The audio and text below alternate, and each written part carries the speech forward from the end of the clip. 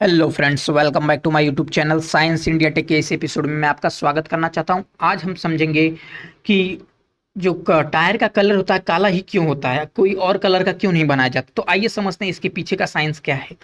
जैसा कि हम जानते हैं कि जबकि छोटे बच्चों के जो साइकिल के टायर होते हैं वो लाल, सफ़ेद, पीले या कई कलर के भी हो सकते हैं, जबकि हमारे जो जीवन में जो हम लोग यूज़ करते हैं, गाड़ियाँ व्हीकल यूज़ करते हैं, उनके मोस्टली देखोगे तो आप काले ही कलर के रहते हैं। ये यहाँ की बात नहीं है, विदेशों में भी जितनी गाड़ियाँ चलती हैं उनके भी टायर काले रंग के ही होते हैं। तो क्या, आइए समझते हैं इसके पीछे का साइंस क्या है कि क्यों इसके पीछे का मतलब क्यों ऐसा बनाया जाता है ब्लैक कलर, कोई और कलर क्यों नहीं सेलेक्ट किया जाता।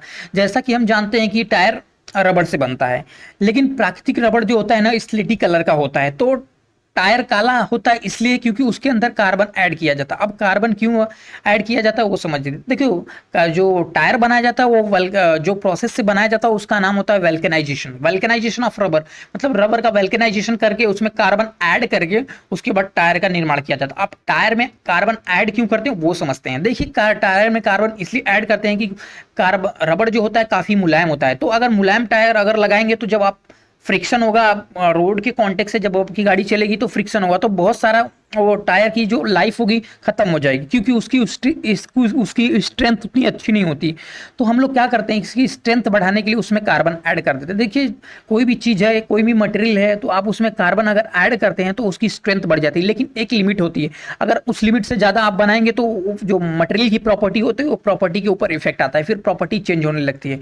तो रबड़ की जो प्रॉपर्टी हो जाएगी वो टोटली तरीके से चेंज होगा। तो इसका प्रपोर्शन होता है जिसके थ्रू हम लोग इसका कार्बन का और रबड़ का प्रपोर्शन के हिसाब से करते हैं, तो यूटिलाइज किया जाता है। तो इसके हिसाब से हम लोग कार्बन उसमें ऐड करते हैं, और साथ ही साथ हम लोग ये भी देखते हैं कि नहीं जल्दी घसे ना, तो इसके लिए हम लोग कार्बन ऐड करते हैं। देखिए, कार्बन की भी बहुत सारी कैटेगरी आती है, वो अलग अलग कैटेगरी के हिसाब से कंपनियां अलग अलग यूज करती हैं। तो ये हो गया कार्बन ऐड कर। अब साथ ही साथ हम टायर में देखेंगे तो सल्फर भी मिलाया जाता है। सल्फर क्यों मिलाया जाता है वो समझते हैं। देखिए, सल्फर से और कार्बन का ऐड करने से क्या होगा कि जो जो अल्ट्रावायलेट रे है सन की पड़ती है, तो उससे ज़्यादा डैमेज नहीं कर सकती वो टायर को आपको, तो वो टायर भी उससे सुरक्षित होता है। और साथ ही साथ आपने जब देखा होगा कि जब गाड़ियों में आग लग जाती है टायर में, तो टायर में बहुत ब्लैक कलर का धुआं निकलता है। वो कुछ नहीं, वो सल्फर ही होता है जिसके साथ कार्बन ऐड होता है। तो इसके कारण बहुत ज़्यादा मात्रा में बहुत ज़्यादा वो निकलता है, जो बहुत ब्लैक कलर का धुआं निकलता है।